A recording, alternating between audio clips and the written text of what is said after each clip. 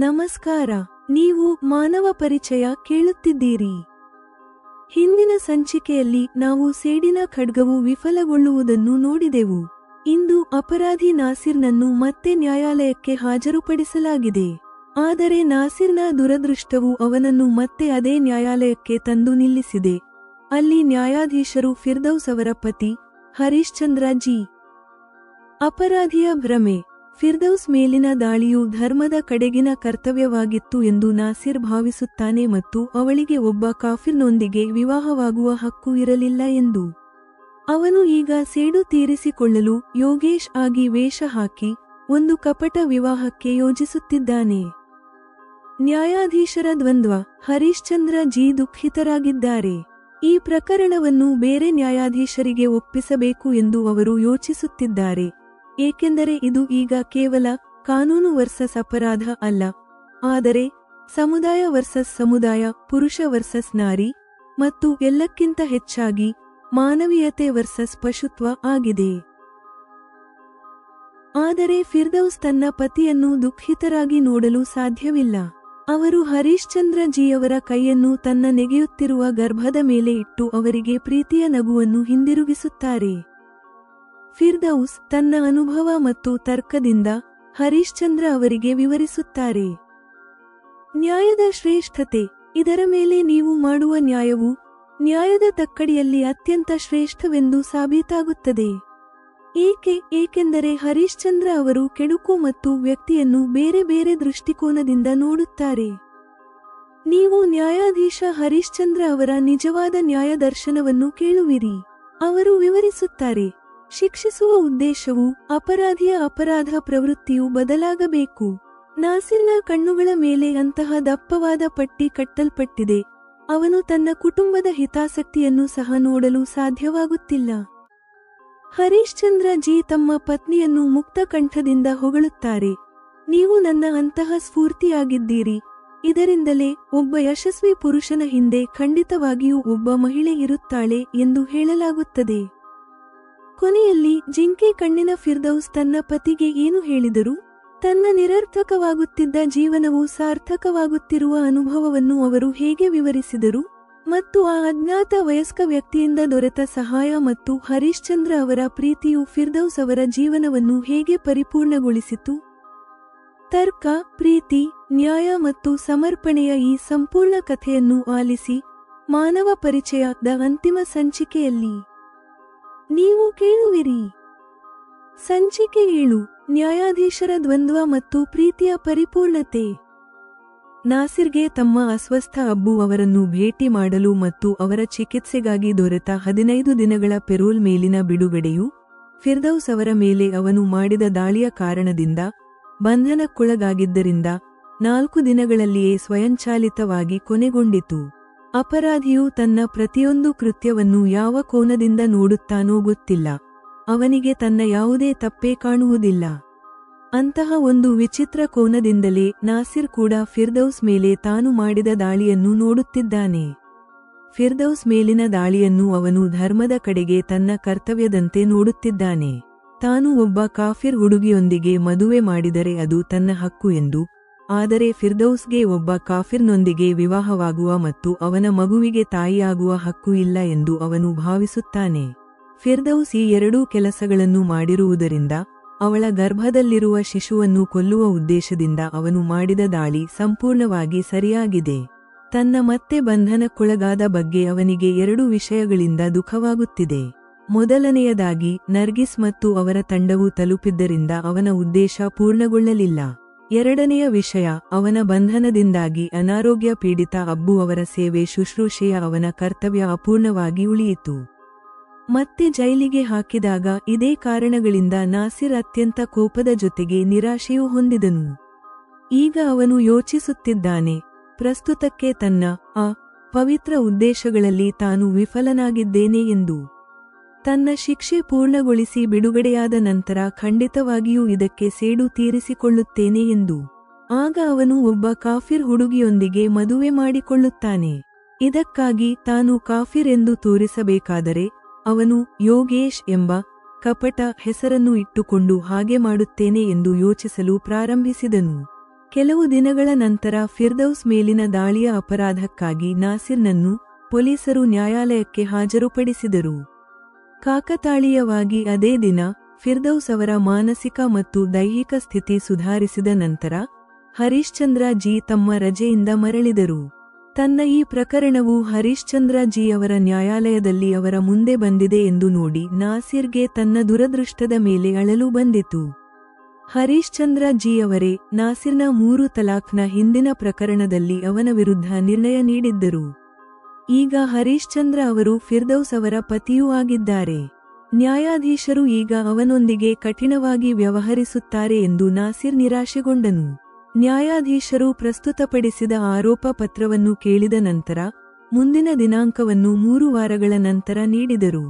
ನ್ಯಾಯಾಲಯದಿಂದ ಹಿಂದಿರುಗಿದ ನಂತರ ಆ ರಾತ್ರಿ ಹರೀಶ್ಚಂದ್ರ ಜಿ ಇತರ ದಿನಗಳಿಗಿಂತ ಮತ್ತು ತಮ್ಮ ಸ್ವಭಾವಕ್ಕೆ ವಿರುದ್ಧವಾಗಿ ತಮ್ಮಲ್ಲಿ ತಾವೇ ಮೌನವಾಗಿ ಮುಳುಗಿದ್ದಾರೆ. ಫಿರ್ದೌಸ್ ಇದರ ಕಾರಣವನ್ನು ಗುರುತಿಸಿದ್ದಾರೆ. ಬೆಳಗ್ಗೆಯೇ ಫಿರ್ದೌಸ್ ಪೋರ್ಟಲ್ನಲ್ಲಿ ಆನ್ಲೈನ್ ಆಗಿ ಹರೀಶ್ಚಂದ್ರ ಜಿ ಅವರ ಮುಂದೆ ನಾಸಿರ್ನಿಂದ ತನ್ನ ಮೇಲಿನ ದಾಳಿಯ ಪ್ರಕರಣವು ವಿಚಾರಣೆಗೆ ಇದೆ ಎಂದು ನೋಡಿದ್ದರು. ಹರೀಶ್ಚಂದ್ರ ಜಿ ಅವರಿಗೆ ನಾಸಿರ್ನನ್ನು ಮತ್ತೆ ಎದುರಿಗೆ ನೋಡುವುದು ಅಹಿತಕರವೆಂದು ಅನಿಸಿದೆ ಎಂದು ಫಿರ್ದೌಸ್ ಅಂದುಕೊಂಡರು. ಆಗ ಫಿರ್ದೌಸ್ ಮನಸ್ಸಿನಲ್ಲಿ ಪತಿಯ ಮಾನಸಿಕ ಸ್ಥಿತಿಯನ್ನು ಸರಿಪಡಿಸಲು ಒಂದು ಉಪಾಯವನ್ನು ಯೋಚಿಸಿದರು. ಫಿರ್ದೌಸ್ ಹರೀಶ್ಚಂದ್ರ ಜಿ ಅವರ ಮುಂದೆ ಹೋಗಿ ನಿಂತರು. ಫಿರ್ದೌಸ್ ಅವರ ಕೈಯನ್ನು ತೆಗೆದುಕೊಂಡು ತನ್ನ ಹೊಟ್ಟೆಯ ಮೇಲೆ ಇಟ್ಟು ಹೇಳಿದರು, ಜಿ, ನೋಡಿ, ನಿಮ್ಮ ಈ ಶಿಶು ನಿಮ್ಮಗಿಂತಲೂ ಹೆಚ್ಚು ಚುರುಕಾಗಿದೆ. ಗರ್ಭದಲ್ಲಿಯೇ ಎಷ್ಟು ಜಿಗಿತ ಗಲಾಟೆ ಮಾಡುತ್ತಿದೆ ಇದು.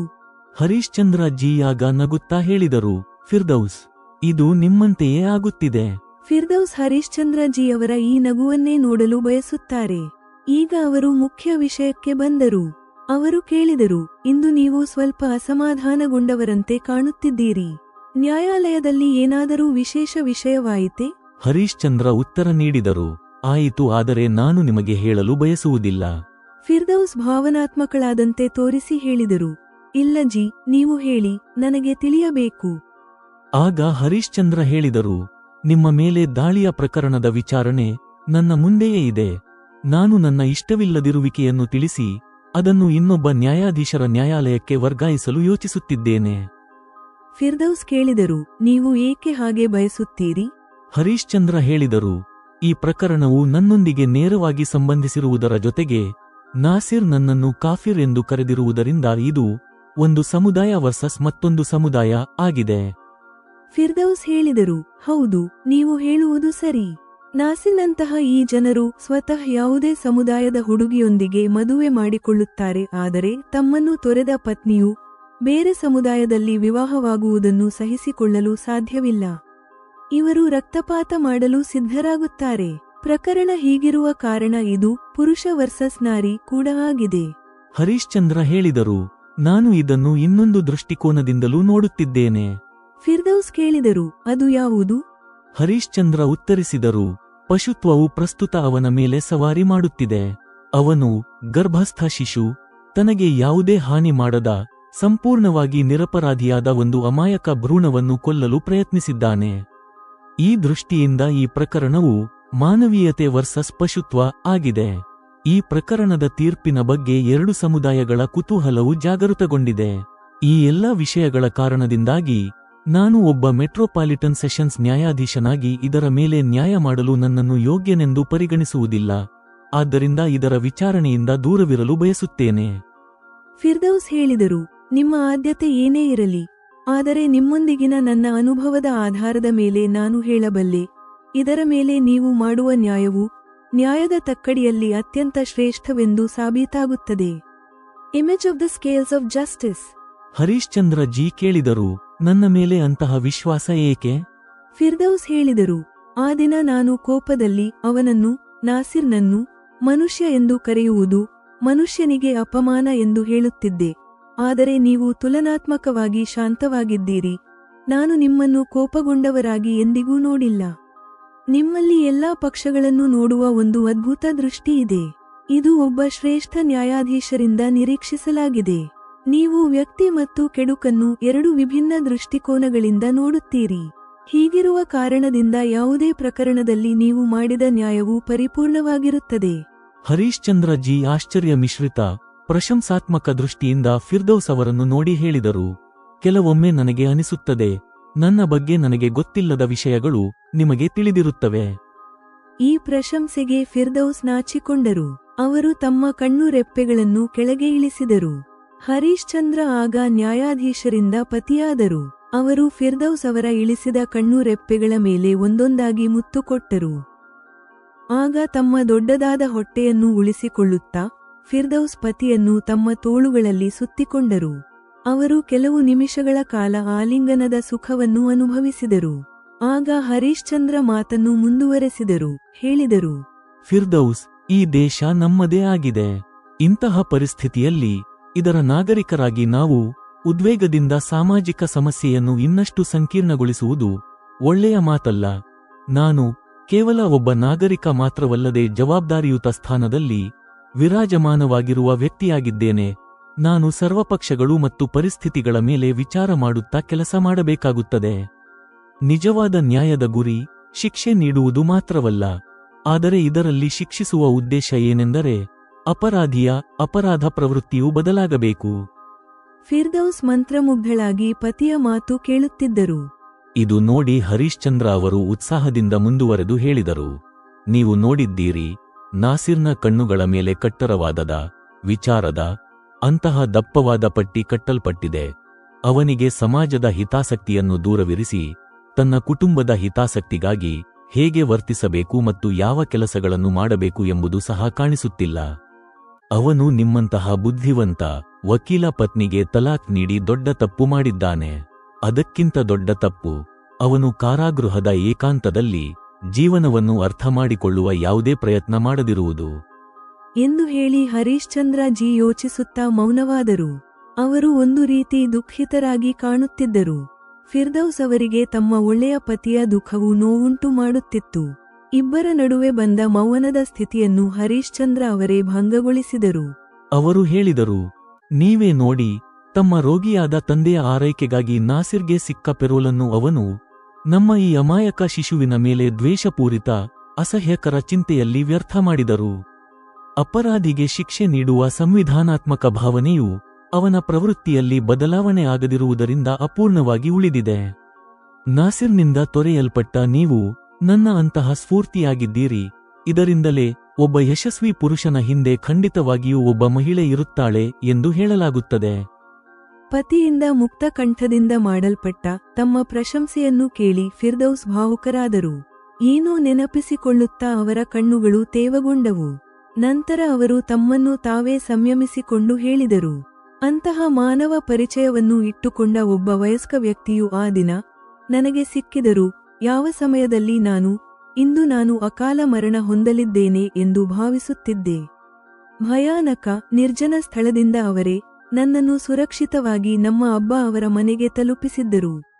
ಆಮೇಲೆ ಅಂತಹ ನಿಜವಾದ ಮಾನವ ಪರಿಚಯದೊಂದಿಗೆ ಒಂದು ದಿನ ನೀವು ನನ್ನ ಜೀವನದಲ್ಲಿ ಬಂದಿರಿ. ಇದರಿಂದ ನನಗೆ ಅನಿಸುತ್ತದೆ, ನಾನು ಒಬ್ಬರಿಂದ ತೊರೆಯಲ್ಪಟ್ಟ ಆ ನಾರಿ, ಯಾರ ಜೀವನವು ನಿಮ್ಮಂತಹ ನಿಜವಾದ ಮಾನವನೊಂದಿಗೆ ಸಾರ್ಥಕವಾಗುತ್ತಿದೆ ಎಂದು ಹೇಳುತ್ತಾ ಜಿಂಕೆ ಕಣ್ಣಿನ ಫಿರ್ದೌಸ್ ಭಾವುಕರಾದರು. ಅವರ ಕಣ್ಣುಗಳು ಅಶ್ರುಗಳಿಂದ ತೇವಗೊಂಡವು. ಇದು ನೋಡಿ ಹರೀಶ್ಚಂದ್ರ ಅವರ ಹೃದಯವು ಪ್ರೀತಿಯಿಂದ ತುಂಬಿತು. ಅವರು ತಮ್ಮ ಪತ್ನಿಯ ಕಣ್ಣುಗಳನ್ನು ಆ ರೀತಿಯಾಗಿ ಮುತ್ತು ಕೊಟ್ಟರು. ಆ ತೇವಾಂಶವನ್ನು ಅವರ ತುಟಿಗಳು ಹೀರಿಕೊಂಡವು. ಆಗ ಫಿರ್ದೌಸ್ ಅವರ ಮಧುರ ವಾಣಿಯು ಅವರ ಕಿವಿಯಲ್ಲಿ ಕೇಳಿಸಿತು, ನೀವು ನೋಡಿ, ನಾನು ನನ್ನ ನಾಸಿರ್ನೊಂದಿಗೆ ಇದ್ದಿದ್ದರೆ ಇದೇ ಫಿರ್ದೌಸ್ ತನ್ನ ಜೀವನವನ್ನು ನಿರರ್ಥಕ ಮಾಡುತ್ತಿದ್ದಳು. ಆಗ ನನ್ನ ಜೀವನ ವ್ಯರ್ಥವಾಗುತ್ತಿದೆ ಎಂದು ಸಹ ನಾನು ಅರ್ಥಮಾಡಿಕೊಳ್ಳಲು ಅಸಮರ್ಥಳಾಗಿರುತ್ತಿದ್ದೆ. ನನ್ನ ಹಿಂದೆ ಈಗ ನೀವು ಪುರುಷ ಇದ್ದೀರಿ, ಯಾರ ಇರುವಿಕೆಯಿಂದಾಗಿ ನನ್ನ ನಾರಿ ಜೀವನ ಸಾರ್ಥಕವಾಗುತ್ತಿದೆ. ಈಗ ನೀವು ಮಾನವ ಪರಿಚಯದ ಈ ಸಂಚಿಕೆಯ ಮೇಲೆ ಜೆಮಿನಿ ಬರೆದ ವಿಮರ್ಶೆ, ಟೀಕೆ ಮತ್ತು ಮಾರ್ಗದರ್ಶನವನ್ನು ಕೇಳಿರಿ. ಉಪಶೀರ್ಷಿಕೆ: ನ್ಯಾಯಾಧೀಶರ ದ್ವಂದ್ವ ಮತ್ತು ಪ್ರೀತಿಯ ಪರಿಪೂರ್ಣತೆ. ಈ ಸಂಚಿಕೆಯನ್ನು ಓದಿ ನಾನು ದಂಗು ಬಡೆದೆನು. ಲೇಖಕರು ಕಥೆಯನ್ನು ಒಂದು ಹೊಸ ಮತ್ತು ರೋಮಾಂಚಕ ಮಟ್ಟಕ್ಕೆ ಕೊಂಡೊಯ್ದಿದ್ದಾರೆ. ಈ ಭಾಗದಲ್ಲಿರುವ ಒತ್ತಡ ಮತ್ತು ಭಾವನಾತ್ಮಕ ಆಳವು ಅಸಾಮಾನ್ಯವಾಗಿದೆ. ಈ ಸಂಚಿಕೆಯ ಮುಖ್ಯ ಕೇಂದ್ರವು ಹರೀಶ್ಚಂದ್ರ ಅವರ ನೈತಿಕ ದ್ವಂದ್ವವಾಗಿದೆ. ವೈಯಕ್ತಿಕ ಸಂಬಂಧದ ಕಾರಣದಿಂದ ಅವರು ಪ್ರಕರಣದಿಂದ ದೂರ ಸರಿಯಬೇಕೇ? ಫಿರ್ದೌಸ್ ಅವರ ಉತ್ತರವು ನ್ಯಾಯದ ಉನ್ನತ ವ್ಯಾಖ್ಯಾನವನ್ನು ನೀಡುತ್ತದೆ. ವ್ಯಕ್ತಿ ಮತ್ತು ಕೆಡುಕನ್ನು ಬೇರೆ ಬೇರೆಯಾಗಿ ನೋಡುವುದು. ಕಥೆ ಮತ್ತು ನಾಟಕೀಯ ಒತ್ತಡ, ಪ್ಲಾಟ್ ಅಂಡ್ ಡ್ರಾಮ್ಯಾಟಿಕ್ ಟೆನ್ಷನ್. ಈ ಸಂಚಿಕೆಯು ಒಂದು ಉತ್ತಮ ತಿರುವು ಆಗಿದೆ. ಹಿಂದಿನ ಸಂಚಿಕೆಗಳಲ್ಲಿ ಆಂತರಿಕ ಚಿಂತನೆ ಮತ್ತು ಸಂಬಂಧಗಳ ಮಾಧುರ್ಯ ಇದ್ದಲ್ಲಿ, ಈ ಭಾಗವು ಹಠಾತ್ತನೆ ಬಂದ ಬಾಹ್ಯ ಬೆದರಿಕೆಯಿಂದ ಕಥೆಗೆ ಒಂದು ಥ್ರಿಲ್ಲರ್ ರೂಪವನ್ನು ನೀಡುತ್ತದೆ. ನಾಸಿರ್ನ ಮರಳಿ ಬರುವಿಕೆ, ಅವನ ಕೋಪದ ಮನಸ್ಥಿತಿ, ಮತ್ತು ಕೊನೆಯಲ್ಲಿ ದಾಳಿ, ಎಲ್ಲವೂ ಬಹಳ ಕೌಶಲ್ಯದಿಂದ ಬರೆಯಲ್ಪಟ್ಟಿವೆ.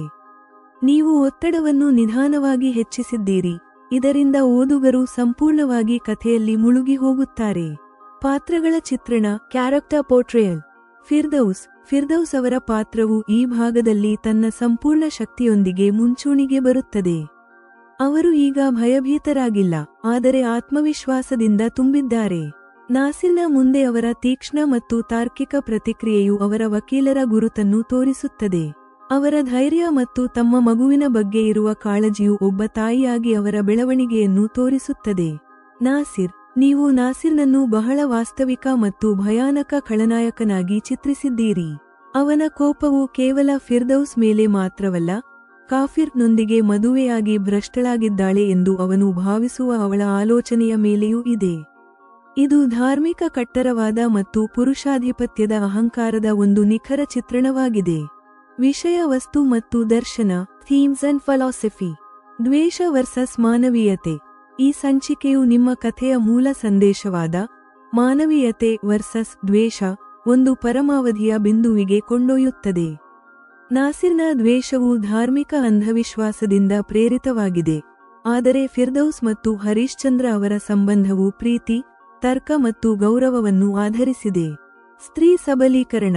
ಫಿರ್ದೌಸ್ ನಾಸಿರ್ಗೆ ಉತ್ತರ ನೀಡುವುದು, ತನ್ನ ಗರ್ಭಧಾರಣೆಯಲ್ಲೂ ಧೈರ್ಯ ತೋರಿಸುವುದು, ಮತ್ತು ಕೊನೆಯಲ್ಲಿ ನಕಾರಾತ್ಮಕ ವಿಚಾರಗಳನ್ನು ತ್ಯಜಿಸುವ ನಿರ್ಧಾರ ತೆಗೆದುಕೊಳ್ಳುವುದು ಒಬ್ಬ ಸಬಲ ಮಹಿಳೆಯ ಚಿತ್ರಣವಾಗಿದೆ.